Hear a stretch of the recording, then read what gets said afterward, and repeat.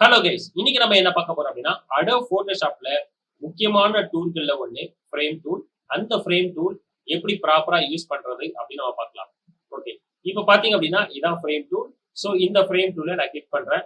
So இந்த frame டூல்ல டிஃபால்ட்டா ரெண்டு shape இருக்கு. ஒன்னு ரெக்டாங்குலர், அடுத்து எலிப்டிக்கல். ஸோ இந்த ரெண்டு ஷேப்ல நம்ம ஃப்ரேம் டூல் யூஸ் பண்ண முடியும். ஜஸ்ட் இப்போ நான் ரெக்டாங்குலர் செலக்ட் பண்றேன். ரெக்டாங்குலர் செலக்ட் பண்ணிட்டு ஸோ இப்போ நான் போடுறேன். இப்போ நான் என்ன பண்றேன், ஃபைல் மெனுக்கு போறேன். ஃபைல் மெனுல பிளேஸ் எம்பெடட் நான் கிளிக் பண்றேன். இந்த இமேஜை நான் பிளேஸ் பண்றேன். ஜஸ்ட் நான் பிளேஸ் அப்படின்னு நான் கொடுக்குறேன். இப்போ பாத்தீங்க அப்படின்னா எனக்கு இந்த ஃப்ரேமுக்குள்ள ஒரு இமேஜ் பிளேஸ் ஆயிருக்கு. ஸோ ஆனா எனக்கு இந்த இமேஜ் கட் ஆயிருக்கு. இப்போ நான் இதை மூவ் பண்ண முடியுமா அப்படின்னு கேட்டீங்கன்னா கண்டிப்பா மூவ் பண்ண முடியும். அதுக்கு நீங்க லேயர் பேனல் எடுத்துங்க. ஸோ லேயர் பேனல்ல இந்த இமேஜை செலக்ட் பண்ணுங்க. ஸோ இந்த இமேஜை செலக்ட் பண்ணிட்டு மூவ் டூல்ல எடுத்துட்டு ஜஸ்ட் நீங்க இப்படி மூவ் பண்ணீங்க அப்படின்னா உங்களுக்கு இந்த இமேஜ் மட்டும் மூவ் ஆகும். ஓகே, அடுத்து இந்த ஃப்ரேமை நான் ரீசைஸ் பண்ண முடியுமா அப்படின்னு கேட்டீங்கன்னா அதுவும் முடியும். ஜஸ்ட் இந்த லேயர் பேனல்ல ஸோ இந்த ஃப்ரேமை செலக்ட் பண்ணுங்க. செலக்ட் பண்ணிட்டு இந்த லேயரை நம்ம ரீசைஸ் பண்ணிக்க முடியும். ஸோ தேவையான அளவுக்கு நம்ம இந்த ரீசைஸ் பண்ணிக்கலாம். இப்போ பாத்தீங்கன்னா இந்த ஃப்ரேம் டூல் நம்ம மூவ் பண்ணோம் அப்படின்னா ஸோ நமக்கு ஃப்ரேம் இமேஜ் ரெண்டுமே மூவ் ஆகும். இந்த லேயர் பேனல்ல பாத்தீங்க அப்படின்னா இது ஃப்ரேமு, இது இமேஜ். இப்போ நான் இமேஜை ரீசைஸ் பண்ணணும் அப்படின்னு நினைச்சாலும் என்னால் ரீசைஸ் பண்ண முடியும். ஜஸ்ட் இந்த லேயர் பேனல்ல இந்த இமேஜை நான் செலக்ட் பண்றேன். செலக்ட் பண்ணிட்டு கண்ட்ரோல் டி கொடுக்குறேன். கண்ட்ரோல் டி கொடுத்துட்டு ஸோ என்னால ஸ்கேல் பண்ண முடியும். இப்படி ஸ்கேல் பண்ணிக்க முடியும். ஓகே, இப்போ ஃப்ரேம் இமேஜ் ரெண்டுமே சேர்த்து ஸ்கேல் பண்ண முடியுமான்னு கேட்டீங்கன்னா அதுவும் முடியும். ஜஸ்ட் நான் இதை செலக்ட் பண்றேன். செலக்ட் பண்ணிட்டு கண்ட்ரோல் டி கொடுக்குறேன். கண்ட்ரோல் டி கொடுத்தேன் அப்படின்னா எனக்கு இமேஜ் ஃப்ரேம் ரெண்டுமே என்னால ஸ்கேல் பண்ணிக்க முடியும். ஜஸ்ட் இப்போ நான் என்டர் கொடுக்குறேன். அடுத்து இந்த ஃப்ரேம் டூலை கிளிக் பண்ணிட்டு நான் எலிப்டிக்கல் எடுக்கிறேன். ஸோ இந்த எலிப்டிக்கல் ஷேப்பை இப்படி பண்ண அப்படின்னா எனக்கு இந்த எலிப்டிக்கல் எனக்கு ஃப்ரேம் டூலா இருக்கும். இப்போ இந்த எலிப்டிக்கல் ஃப்ரேம்ல நான் இமேஜ் பிளேஸ் பண்ண நினைக்கிறேன்.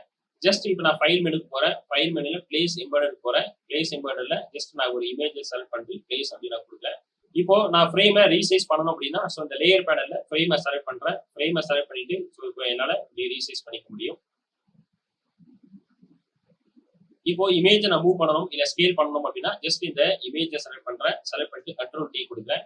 கண்ட்ரோல் டி கொடுத்துட்டு ஜஸ்ட் நான் எனக்கு தேவையான அளவுக்கு நான் அப்படியே ஸ்கேல் பண்ணிக்க முடியும். கைஸ், இந்த ஃப்ரேம் டூல்ல ரெண்டு ஷேப் தான் இருக்கான்னு கேட்டீங்கன்னா ஆமா, இது ரெண்டு ஷேப் மட்டும் தான் இருக்கு. ஸோ வேற ஷேப் கிடையாது. இருந்தாலும் மற்ற ஷேப்பை நம்ம ஃப்ரேம் டூலா மாத்திக்க முடியும். அதை எப்படி நான் காட்டுறேன். இங்க இருக்க ஷேப்பை கூட நம்மளால ஃப்ரேமா மாத்திக்க முடியும். ஜஸ்ட் இந்த இடத்துல பாலிகன் டூல் எடுக்கிறேன். பாலிகன் டூலை இப்படி டிரா பண்றேன். இப்போ பாத்தீங்கன்னா நான் பாலிகனை கிரியேட் பண்ணியிருக்கிறேன். எனக்கு இந்த லேயர் பேனல்ல பாலிகன் கிரியேட் ஆயிருக்கும். இதை நான் ரைட் கிளிக் கொடுக்குறேன். ரைட் கிளிக் கொடுத்துறோம் அப்படின்னா இந்த இடத்துல கன்வெர்ட் டு ஃப்ரேம் அப்படின்ற ஆப்ஷன் இருக்கும். ஜஸ்ட் நான் அதை கிளிக் பண்றேன். ஸோ இதுக்கு ஃப்ரேமுக்கு நேம் கொடுக்கணும் அப்படின்னாலும் நேம் கொடுக்கலாம், இல்ல டிஃபால்ட் நேம்னாலும் விட்டுலாம். ஜஸ்ட் இப்போ நான் ஓகே அப்படி கொடுத்துக்கிறேன். இப்போ பாத்தீங்க அப்படின்னா ஷேப் எனக்கு ஃப்ரேமா மாறிடுச்சு. இப்போ இந்த லேயரை செலக்ட் பண்ணிட்டு ஃபைலுக்கு போறேன். பிளேஸ் எம்பெடட் போறேன். ஸோ இப்போ நான் இந்த இமேஜை செலக்ட் பண்றேன். ஜஸ்ட் நான் பிளேஸ் நான் கொடுக்குறேன். ஸோ இப்போ பாத்தீங்கன்னா எனக்கு இந்த ஃப்ரேமுக்குள்ள எனக்கு இமேஜ் பிளேஸ் ஆயிடுச்சு. கைஸ், இந்த ஷேப் டூல்ல இருக்கிற இந்த ஷேப் மட்டும் தான் நம்ம ஃப்ரேமா மாத்த முடியும் அப்படின்றதுல. ஸோ இந்த கஸ்டம் ஷேப்ல இருக்கிற ஷேப்பை கூட நம்மளால ஃப்ரேமா மாத்திக்க முடியும். ஜஸ்ட் இந்த இதை நான் டெலிட் பண்ணிக்கிறேன். ஸோ இந்த கஸ்டம் டூல்ல நிறைய ஷேப்ஸ் இருக்கும். இப்போ நான் வைல்ட் அனிமல்ஸ்ல ஜஸ்ட் நான் எலிஃபென்ட் எடுத்துக்கிறேன். ஜஸ்ட் இந்த ஷேப்பை நான் இப்படி டிரா பண்ணிக்கிறேன். ஸோ இப்போ பாத்தீங்க அப்படின்னா இது ஒரு ஷேப்பு. இந்த ஷேப்பை நான் ஃப்ரேமா மாத்தணும் அப்படின்னா ஸோ இதை நான் ரைட் கிளிக் கொடுக்குறேன். ரைட் கிளிக் கொடுத்தேன் அப்படின்னா இந்த கன்வெர்ட் டு ஃப்ரேம் அப்படின்ற ஆப்ஷன் இருக்கும். இதை நான் கிளிக் பண்றேன். ஸோ இப்படி கிளிக் பண்ணிட்டு இதுவும் நான் ஓகேன்னு கொடுத்துக்கிறேன்.